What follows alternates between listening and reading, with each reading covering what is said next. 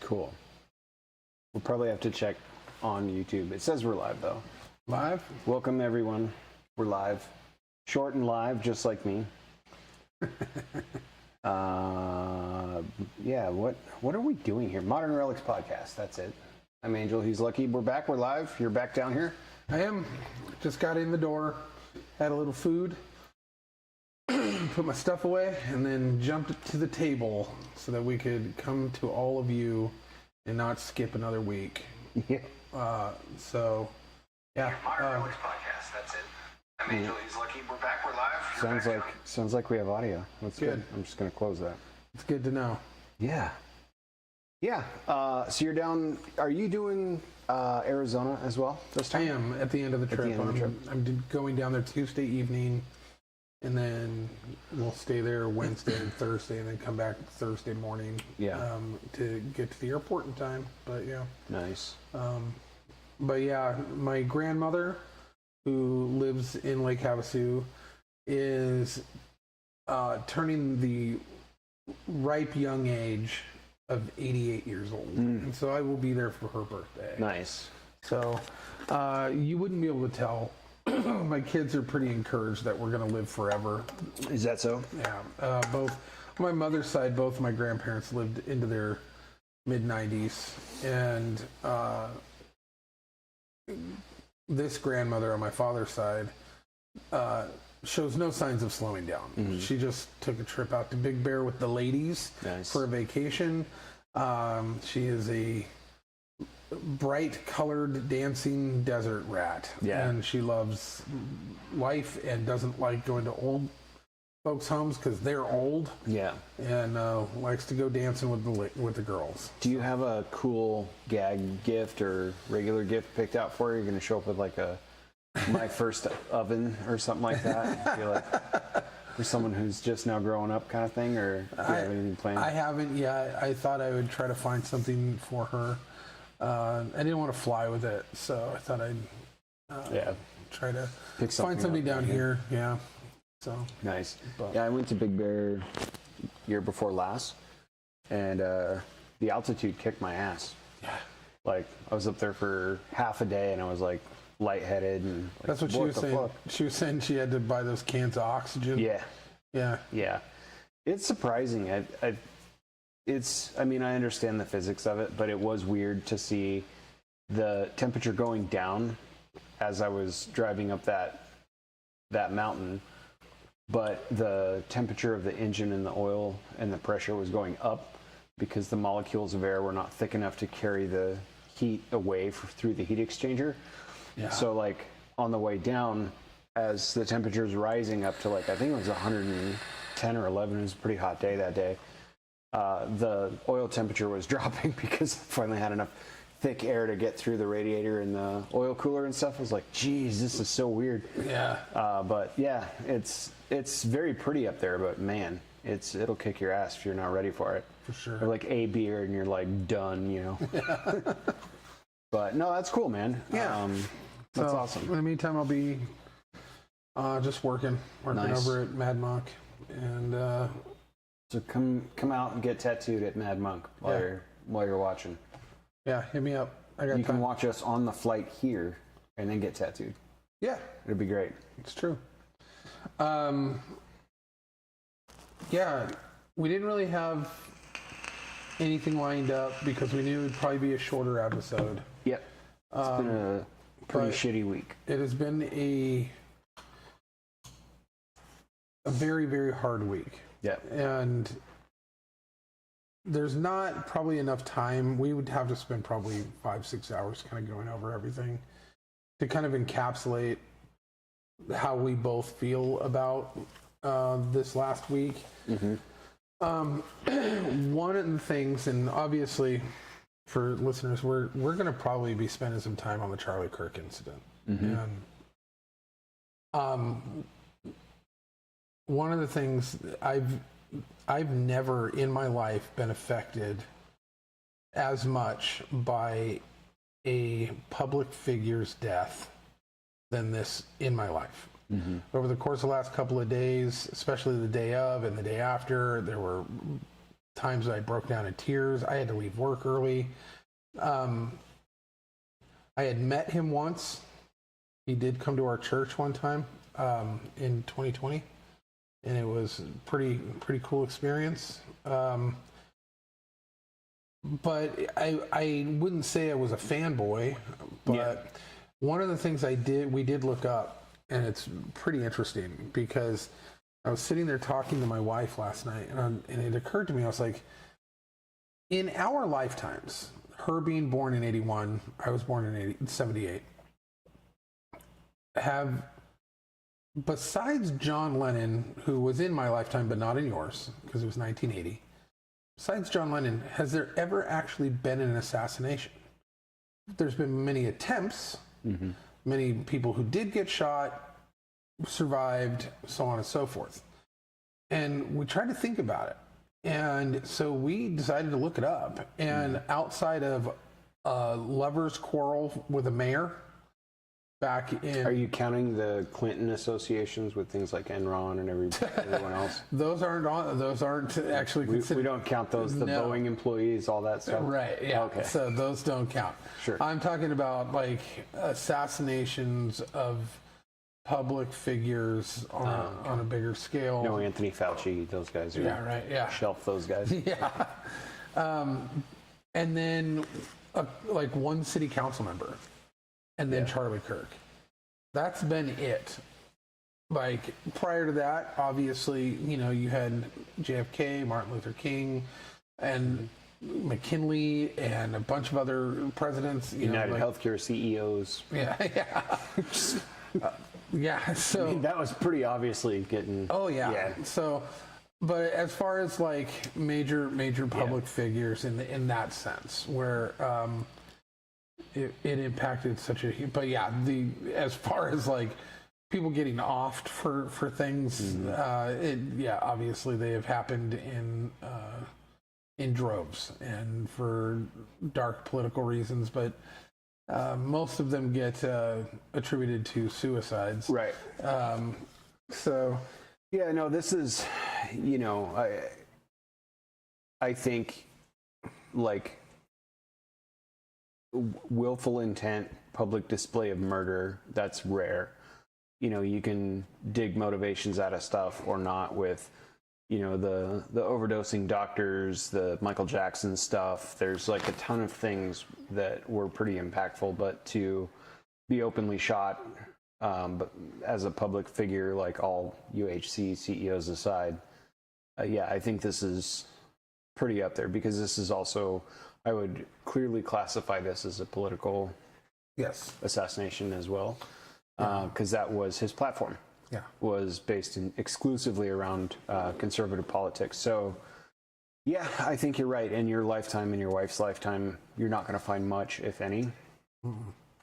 Yeah, and I think it's controversial to argue this due to the connection generationally or culturally to different figureheads, but I would say because of the internet, that this has a bigger, broader impact than even JFK, than even Martin Luther King.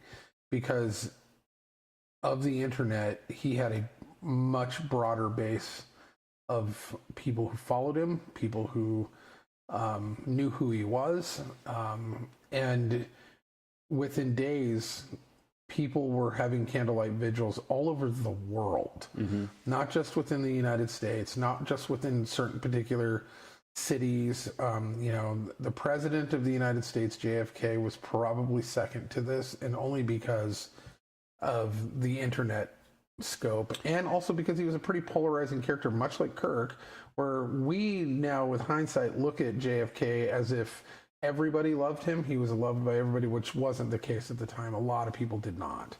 So it is an interesting situation that I think is such a cultural and timestamp touchstone, where much like we talk about historically now, 9/11 this was pre 9/11 and post 9/11. This was pre-COVID, post-COVID. This is pre-Kirk assassination and post-Kirk assassination. I think this is one of those pivotal moments. Yeah, I think it's hard too, and maybe harder than a lot of people can reconcile with, because also due to the internet, this is only the second time in my life, and probably the first time for almost everyone else, that they have seen a human being get shot and it wasn't a movie. Yeah. Like, we watched a murder in 4K. Yeah. And I think millions and millions of people saw that. And no one's really discussing the fact that that's a pretty traumatic event when you realize that there's no Hollywood script behind that. Mm-hmm. You know what I mean? Like, we witnessed a murder in front of the entire world. That's that can only be said by some of the folks that were at the JFK assassination, you know what I mean, that saw that and heard the shots and all that. But there were all of us that saw that video saw a real murder, which I think there's a bit of a subconscious extra to that not a lot of people are addressing. No one's even mentioned it at all until I said something right now, because it occurred to me about an hour ago. Like, actually, I just saw somebody get killed for real, you know? And, you know, a lot of kids are seeing that too. So I don't know what that does to your psyche. I'm not a psychologist, but I would imagine it has a pretty significant impact. Yeah, like, I've dealt with this before. Yeah. A little different situation back then that I'm not going to get into tonight, but yeah, that's also kind of an added weight, I think, that a lot of people might not have come to terms with yet either. Yeah. On that end, you know. And as far as like the broad-based culture and society that is being affected by this, it's something that we all look to Erica and her kids and sympathize on a level that really the man was an exemplar father and husband, and that will be so tragically missed within the context of their own family unit. You know,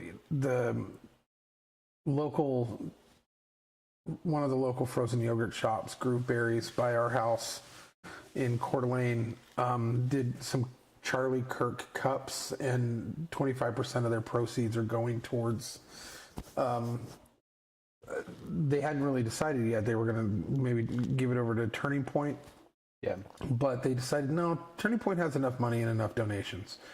We want to go directly to Erica and the kids. So they called it the Blueberry Fund, because that's what Erica said when their daughter's like, when is Daddy coming home? And she goes, he's got to go do some work with Jesus to help afford your Blueberry Fund.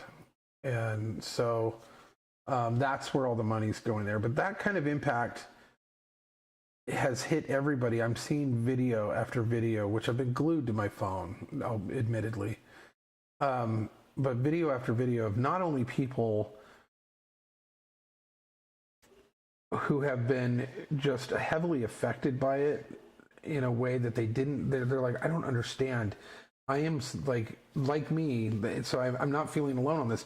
Everybody is getting, who has a modicum of a heart, has been so weighted by this for days that they don't understand why it's affecting them so heavily.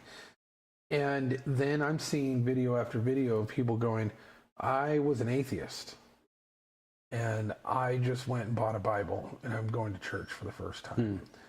And I'm talking about hundreds and hundreds of videos of people going, I'm going to go sit in church. I put this suit on for the first time. I've never put it on. I haven't been to church in years, or have never been. I'm going to go sit in church because Charlie can't. People going, my whole family's Christian. I never was. And now I'm going to go. I opened up my husband's Bible for the first time.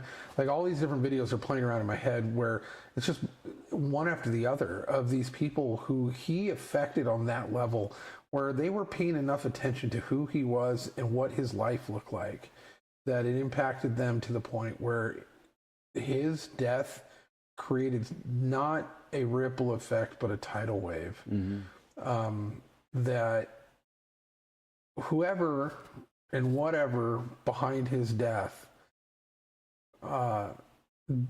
it was the biggest backfire probably in spiritual history outside of who he represented, which is Jesus. That is something that I think was not expected. They were expecting to silence a man, and instead more people came to Jesus through Charlie's death than they had ever anticipated. Yeah. And then just people who decided that they're not, even if they didn't take the religious aspect of it, but just saw the aspect of who this man was and what he was standing up for, and went, if they went and killed this guy, why? Mm-hmm. And their whole political spectrum turned. It was probably the biggest tragic backfire in history. But yeah, I have a lot of, obviously, half of it is me kind of playing around in the weeds of feelings that I haven't had in this capacity before, of hurting for the family, hurting for the country, hurting for the fact that they robbed. He was such an impactful character, not only politically but mainly for the youth. Mm-hmm. And our kids and grandkids got robbed of somebody who was so incredibly gifted at touching the lives of young people and bringing them into the fold of understanding how important their country is, how important faith is, how important family is, how important being a part of the beautiful system that he truly believed in, and bringing them into the fold. Since his death, they had 8,500 TPUSA, between 8,500 and 9,000 TPUSA chapters at college campuses and high schools across the country.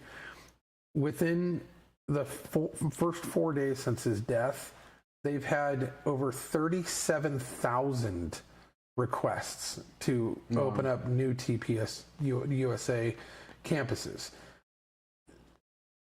Unbelievable. Yeah. Unbelievable. To say that he was a martyr is underscoring it. Yeah. Anybody who's saying that he wasn't a martyr is a fool. But the fact that his voice, thank God that his voice was recorded as much as it was. Mm-hmm. Because the man had incredible wisdom for a man of his age, incredible wisdom and incredible insight, and I think it was absolutely divine. He was touched by God to have that wisdom at his age. He could recall everything from Blackstone to any part of the Bible that was applicable to the argument that he was in. At the snap of his fingers, it was there. Mm-hmm. He was a machine when it came to that. There's videos going around of his wife. Apparently, every day she would walk up to him and ask him what his words of wisdom of the day were, and he, without hesitation, it didn't matter what he was doing. He could be on his computer, he could be eating, he could be feeding his kid. Didn't matter. He had it off the top of his head that seemed to be applicable to the day that he was in. Mm-hmm. That is a gift. Yeah. And he was gifted. And our children and grandchildren were robbed of that gifted mind and heart. Hopefully, the infighting of who's trying to fill that vacuum doesn't kill it, which I'm hoping it doesn't. I'm hoping that there's somebody or a group of people who can step into that role that will never be able to fill his shoes, mm-hmm. but at least will hold the spot and keep it from being filled with corruption or somebody with a bad intent, The deep right bro science guys or the fucking... If you talk about filling that void with either Ben Shapiro, who is not a Christian, right, and will not be able to hold that torch, or Nick Fuentes, who is an absolute evil human being who has his own agenda, those are the two people that they're kind of like trying to throw out into that, and no, neither one of them are good. I've had to shoot down more Nick Fuentes propaganda in the last 3 or 4 days to people that I know than my whole life. Yeah. And yeah, whereas you've been glued to your phone, I've been absent from it. Like at some point, I have to unplug and get away from social media and stuff. The initial reaction that I'm seeing pour in is, you know, we're not going to fly our flags at half-mast because of somebody who has culturally inappropriate viewpoints and opinions. And we're in accordance with Washington state law in doing whatever we want. Plus all of the folks that I know, some of whom I disagreed with but had some respect for until this week. Yeah. Saying some pretty over-the-top shit. And then there was kind of a tidal wave of people getting punished for being a shithead about somebody's death online in a bunch of different capacities. This whole website's dedicated to it now. And while I respect and appreciate that, I have to unplug the cord from the wall and get off that. Because it's just... I agree with you. It's a lot. It's a lot, especially where I'm at in my headspace right now, where I'm like, my cup is runnething over a thing. Right. Yeah. But I am with you in that surely it's not Ben Shapiro. I have a lot of points that I agree with Ben on. I also think that he is willfully antagonistic for clicks. Yeah. To a degree that he doesn't need to be. But also on the very biased opinions he has regarding the Israel stuff. You know, it's like everything has to point back to that, either to fight a Nick Fuentes type of voice or to prove a one-up for his own, which I don't think is always necessarily a good idea. But I do like generally the body of work that he puts out, but I don't think he's the right guy for touching people at a college level with honest debate and stuff. And I wonder if those days are coming to an end. You know what I mean? Right. Well, which should scare you, because that's where they need to happen most. Yeah. Is in academia. You know. Well, and the reason why I like specifically, like, I agree with you. I agree with Ben on a lot of things. Mm-hmm. But specifically, Turning Point was a Christian organization. Right. That was the core foundation of it. Politics built off of Christian ideals. Yeah. And he's not a Christian. He can't possibly hold that torch. It's just not capable. He's not capable. And it's a different trajectory. It's a different viewpoint. Yeah. And so he's not the guy. Yeah. And but there was something I was going to say earlier. I can't remember what it was. It'll come back to me. I mean, I wouldn't even begin to try and posit who that might be. It's just that it needs to occur and continue at some point. Throwing out Cam Higbee. If anybody looks into Cam Higbee, he's your guy. That guy's got Charlie Kirk qualities. But anyway. One of the things I did do the minute I heard that he had been shot, prior to hearing that he died, because we were glued. Instantly, my wife and I were at the shop, and we were glued. And there was the back and forth. No, he's been stabilized. Oh, it doesn't look good. And we're getting intel directly from Robert Kennedy Jr. We're getting intel directly from Glenn Beck. We're getting intel from people like Rob McCoy, who's his pastor. Actually, he's not. He's the pastor of his one of his head administrators. Rob McCoy is the one who came to church with us. Great guy. We're getting intel from the inside people who are around him at that point. And so we're getting that stuff before it hits the news feed. And so Aaron and I, because our friend, we've got friends who are friends with Robert Kennedy Jr. and stuff. So, and in August, we had the fair, the county fair. And while I was down here, my wife was working the fair, and they were working their Idaho Truth booth. And this couple came up, and the man was a pastor, a Messianic Jew pastor, and his wife, and she helps interpret. He knows, he can hear, understand English, but he doesn't speak it very well. And he came up to their booth, and they prayed together, and they were talking, and he felt something about my wife and gave her a gift, and it was two things. It was one for her and one for her husband, and it was carved out of olive wood from Israel, and it was a heart, and saying that you're the heart, and he brought it from Israel and said, you're the heart of your family, here you go. And she goes, and this is for your husband, and this is something I keep in my pocket since that time, and it is an olive wood cross that was carved in Jerusalem. That's carved rad. in Israel, and I keep it in my pocket at all times. And it's my prayer cross, and it's what it's supposed to be. It's like something you hold on to while you pray. It also makes a really good fist pack in a pinch. But When you have to lay hands on others. yeah, right. So, but this was immediately and without hesitation when I had heard that he'd been shot, but he was still technically according to the information, still alive.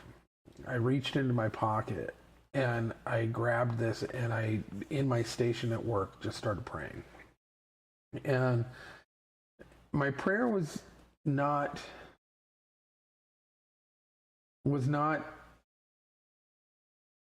simply to save or to heal Charlie or to save Charlie. I said, if you could, that'd be great. But here's the thing. Whatever your will is in this particular situation, I know you'll use it for good. I know if you decide to take Charlie today, that something we will hurt. It will be painful, but we'll all learn something, and something greater will come out of it. And you always have that bigger picture. You always have that bigger plan. And my prayer is that your will gets done regardless of what we do here on this planet. If you could heal Charlie, we'd sure appreciate it, but it may not be what is actually best for the situation. You may need to use him in a different way and bring him home right now. And that was the prayer that I prayed when I was holding that. And I think looking back on that prayer is actually what has kind of settled me, like calmed me and given me peace when I'm like, this is nuts. We're gone. It's past the point of no return. We've crossed the Rubicon. Things are going to go sideways from here. And then controlling, like you were saying, like people getting, I understand people wanting to go after people who were dancing and mocking his death. I get that. On a visceral human level, I understand that. But I'm not sure if that's what Charlie would have wanted. I think Charlie would have invited them to the table and said, oh yeah, let's have a talk about it. You and I have a discussion about this. Yeah. And those would have been the first people he would have put in line. He always did that. The people who had the biggest contention with him, put them at the front of the line. I don't know if I fully support the kind of going after people. Like, part of me does, because I am a table flipping kind of guy of like, nope, coming after you. Right. But I don't know. I don't know if that's actually, I think that probably some of it is deserved, but I think that mob mentality terrifies me. And yeah, I'll double click in a little more and not look at it from a high level. most of these people broke their own company's code of conduct and policy for how you should act as an individual while you represent a brand.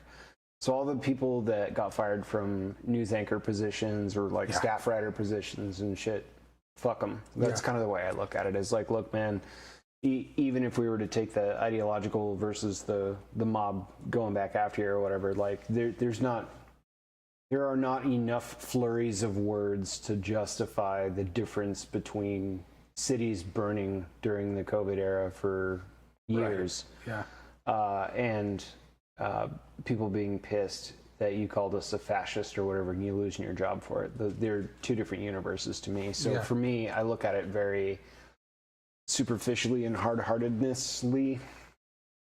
I really am at a loss for words. I've had a real fucked up week, but honestly, when we get to the point where we're doxing people and finding where they live and sending them hate mail, and there's a line that I think is like enough, you know what I mean? But a lot of the folks that were in public facing positions that really kind of showed their ass after that. See ya. Yeah, I mean, I'm in agreement there too. Yeah, and there's been an excessive amount of pearl clutching of like, why would you? Like, I just used my free speech kind of thing. It's like, well, I remember 4 years ago when people, 3 years ago, 5 years ago, when people were using their free speech, and you got them all fired from their jobs just for saying, "Hey, I like America." Right. Hey, like, I don't think we should force vaccines. We had people that were fired from the military because they wouldn't take the jab. We had people that were outspoken against the craziness that was going on, both with the vaccine stuff and with the George Floyd stuff. They lost their jobs. January 6th. I mean, like, the list goes on and on. It's really, and it's very one-sided. It's a tide more than a list. Yeah, I mean, if you really spend time unpacking it. So I'm with you there. Yeah. So the scales are still very uneven. Yeah. And the little bit of vitriol, the little bit of I guess I should say, if I still possess enough grace not to pile on, I'm with you there. Yeah. I still think that's unnecessary. Right. I think that's well put. I think that having enough grace not to pile on, going after legitimate reasons for why people should be removed from their positions over being so vitriolic in the wake of years of them doing the exact same thing. I have never seen the amount of animus coming from people after this. Especially people I know. That in a long time. Tell you what, this thing was cooking. Because my wife tends to, and I love you, baby, but my wife tends to want to fight every single person who says a bad thing on the internet. She's feisty. Yep. I don't have the time to do that. I don't want to waste my day engaging. And it's not that I don't want to. If I was independently wealthy, that's probably what I would do. If I'm being honest, I would probably sit on the internet and tell everybody what's up, right? But I have to balance it with like, well, if I do this, I'm going to be going back and forth with this person, and there's 30 to 50 of these people I got to do that with. I just don't have it. There's too many trolls and keyboard warriors to fucking waste your day. So this thing was cooking and warm with the cancel, unfriend, delete, block buttons of people all over Seattle. All these people that, and if you're seeing this and you go and look at your Facebook or Instagram and I'm no longer friends with you, or you can't find me, you're your own reason why. Same with people in Coeur d'Alene. There was just people in Coeur d'Alene that I was appalled that that came out of them. Like, I probably got somebody saying hi, Cynthiana. Yeah. But yeah, I probably knew that we weren't aligned, in particular ways, but to come out and gleefully chime in on the death of somebody. Verbally dancing on someone's grave is where I easily draw the line. I didn't even do that with twice. You know, I didn't do that with Ruth Bader Ginsburg. Yep. Like she was an awful, evil, horrible human being, and I still was just like, even said, I turned the cheek on that one and even said, at the very least, she inspired a lot of people to take a look at work as a public servant in the legal realm. yeah, Every word out of her mouth was a vile disagreement with what I believe in. yeah, But at least she had that going for her. yeah, You know, still didn't talk shit. yeah. Which took a while. And I'll even say I wasn't sad. I wasn't sad that she died. Yeah. But did I get online and go, ding dong, the bitch is dead? I did not. I did not do that. I wasn't sad. I wasn't happy. Like no one's. I don't think we should ever be happy when we know that somebody's going to hell. Like we shouldn't be happy about that. We didn't get to him in time. Like that woman lived into her 90s and rejected the word of God over and over and over and over again. And I don't know how many times people tried, but there was one time that it didn't happen. And now she doesn't get to be anywhere near the glory that I look forward to, and that's something that we should all mourn. We should mourn that these people are this evil and corrupt and push God away and put, it's not something that we should be celebrating when people die. Even evil people, and at times there are evil people that I'm in my heart of hearts going, good. I'm glad that they got what they had coming to them. You talked about that Duncan guy who, the Shasta Groney, the Groney family. You talk about that kid, Koberger, who killed those 4 kids down, stuff like that. These people at that point have abandoned their own humanity, and therefore it makes it easier to be a little bit more callous about where they spend their eternity. You chose that. You chose to reflect that within your life, and so but I think we need to be careful with how we display that vitriol, Agree. So, But no, I would love to see a lot more. I didn't see Erin sneak in there with the "you better believe it" strong arm, but I see you now. She is feisty. I've met her once. It's a tough situation now because I don't know how to be kind to the people that I will run into after this. Yeah. Where it's easy for me to block them and not have them in the social media, but at some point I'm going to run back into some of these folks, and I really don't have anything, quite frankly, to say. Not anything nice, just anything at all. Yeah. It's just not how you treat people, especially when you think, like, here's a guy, take politics and Christianity out of it for a second. He was, 31 years old, and he had 2 children? Yeah. Like, we got kids that are going to grow up without a dad, and when they look back, they're probably going to see a lot of the body of work that he did, and they're also going to see him get shot. Like, that's not something, like, if you've lived through a traumatic event like that and it sears itself into your memory banks, that's one thing. But being able to call it up in 4K is, you know what I mean? Yeah. This is so much more horrible that we as a society came to a point where we're taking shots literally at one another for disagreements. And this is not a new thing, but this has happened a lot in the last 2 years. Trump got shot at, nicked his ear. Trump almost got shot at again near a golf course. Yeah. Charlie Kirk got shot at and killed. Like, and this is becoming more and more commonplace. And I think we have to understand that the breakdown is up here. It's what we're being fed. You know what I mean? There has to be a realization that we can't just dance on people's graves when there's a magnitude of consequences behind this action for his family, for his daughters, for his wife, for the people that supported him, but also the example that you set on either side of that. So what are you really saying about a shooter that kills a guy in open public when you laugh about the deceased that was terminated?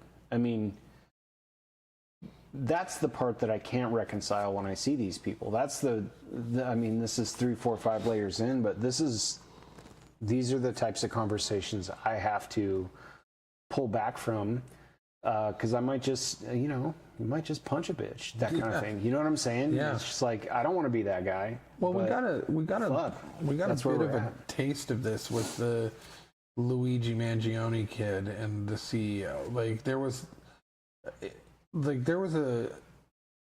an absolute rollout of this exact behavior. Yeah. And they lionized that kid. They still do. They think that he was a hero. Mm-hmm. What I'm seeing now is a pushback from that did not happen in that situation, but is happening in this situation, where the pushback from the people who were supporters of Charlie Kirk, or even just neutral people not liking the idea of dancing on somebody's grave, pushing back so hard so that kid does not get lionized. That kid does not get turned into a hero. And that the people who try to turn him into a hero are stopped, because this cannot be allowed in a civil society where we lionize the people who shoot people for not believing in the same thing that the other person believes in. That's insanity. And we are now at a place where I'm really trying to avoid using the terminology turning point, because it's so fitting in the conversation. But we're at this catalytic moment, where there's no way around.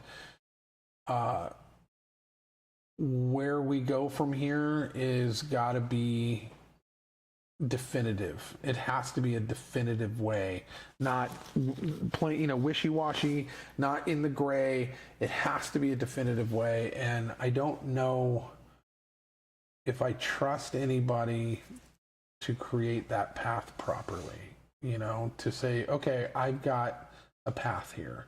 And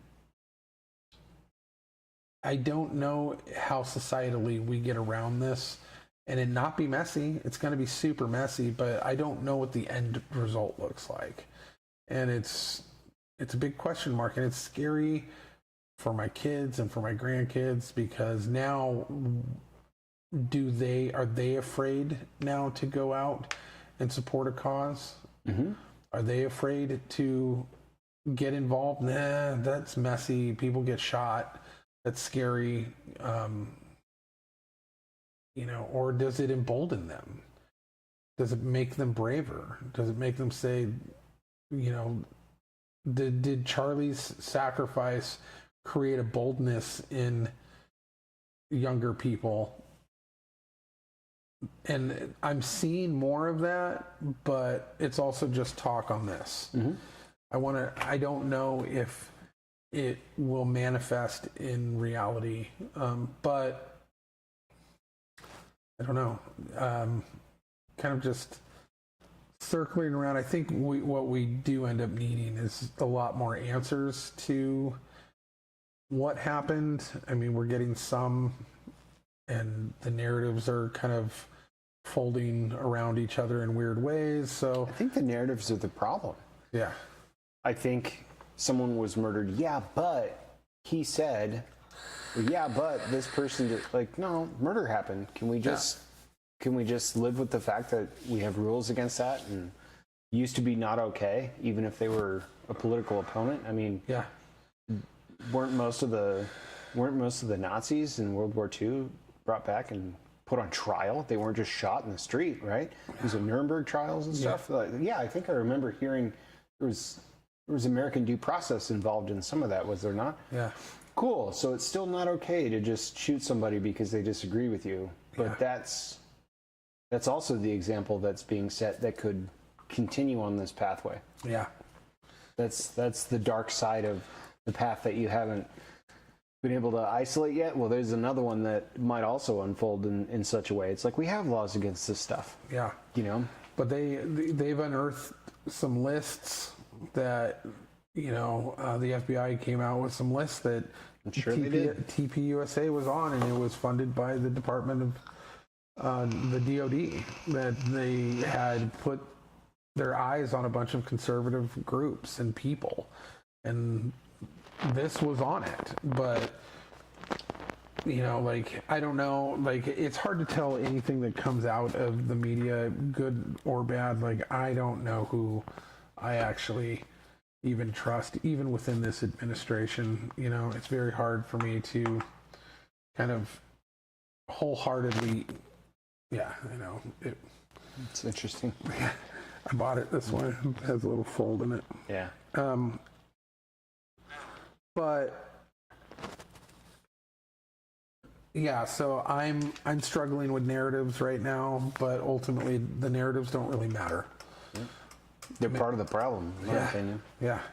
So, you've got everybody who thinks that this particular group did it, and this particular group did it, and and they all want to get in on it. They all want to go, I actually understand what actually happened, right? And I have my theories, but my theories are quiet. I don't put them out on the internet because I want the dust to settle, and I want to see what comes out in the wash, and I want to see I don't want to be the first one out of the gate so that it looks like I was the first one out of the gate, right. Which is all that people. Which is also a motivation for some. Yeah. Yeah. And so I just want resolution for Erica and the kids. I want resolution for the hurt of the country. I want resolution for even my own selfish pain about it. I want good to come from this. I don't want there to be more bad to come from this. I want there to be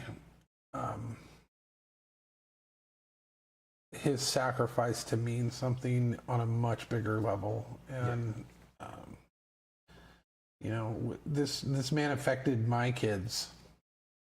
My daughter has posted pretty continuously about Charlie and Erica and was very familiar with him, but it really affected, I got to see it firsthand in that generation of what it really did, and so, but all I hope is that it lit a fire.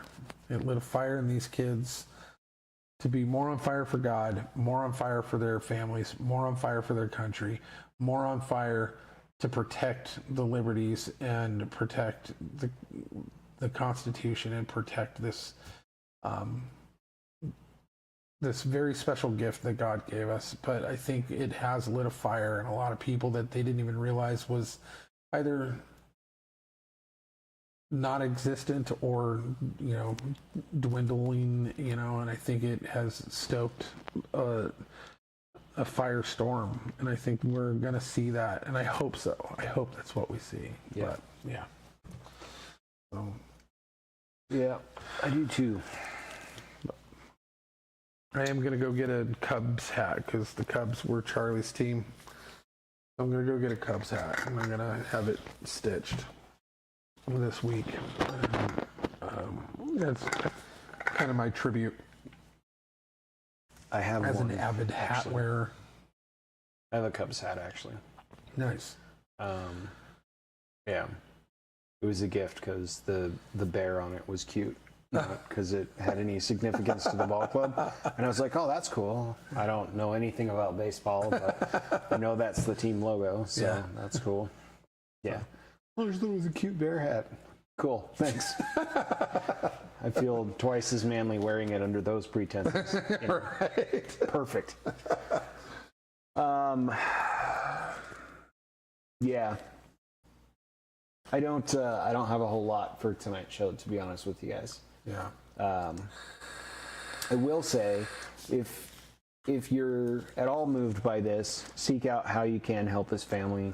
donate where you can. I'm sure there's even scams out now where there's possible fake ones, but the ones we do know about are the official Turning Point channels, and then also some local areas like this Grooveberries. Grooveberries place. And yeah, you can donate. And Aaron, A lot of our if you could type it out in the comments, there's an actual foundation. It has I'll approve it if it's a link. Oh wait, I made you a mod. You can do it. everyone's getting in on the blueberry.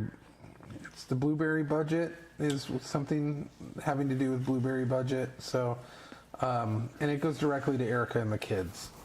So, yeah, if you really want that money to go to where it needs to go, Yeah. that's how you do it. Honestly, I think your prayers and courage and standing up and going out and doing things would mean more Matters way than more. the money. Like the money really, TPUSA and Erica are going to be fine. They're going to be fine financially forever. She's not suffering for money.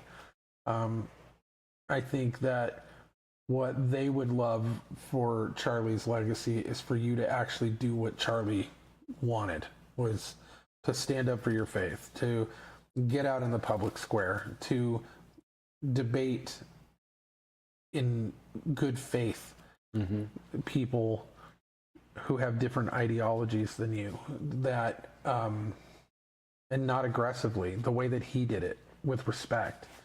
I think that would be a bigger contribution to his legacy, to the family, and to the organization he built since he was a teenager than anything else.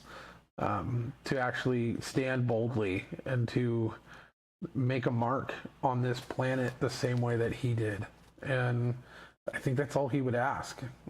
I don't think he would ask anything else. I think he wouldn't want your money. I think that ultimately he would want your time and commitment, and that would be more than anything that you could give out of your pocketbook. So, but yeah. So, but I think that is pretty much really all that we can say for now. I'm sure, in the weeks to come, there'll be more updates. But as of right now, as far as a tribute to Charlie Kirk could go for us here at the Modern Relics, I don't really know if we have anything more to say. If there's anything else that we could explore, I've said all the feelings that I've had, and I'm trying to navigate it without getting emotional about it. But yeah. Rest in peace, Charlie. Yep. Prayers for Erica and the family. And yeah. Live boldly for Jesus, and live boldly the way that Charlie did. So, but yeah. Yeah. Outside of that, do we have anything else on the docket for the show? Yeah, we don't have a conspiracy corner tonight, you guys. Nope. It just didn't feel right to then transition into, I mean, we can be angry or mad or sad or whatever about stuff, and then scoff it off, and then transition into something more lighthearted. It's really hard to do it off of this. So, Yep. like, I don't even, like, we have a Overlord tip even set up, but I don't even feel like that's kind of appropriate. Yeah.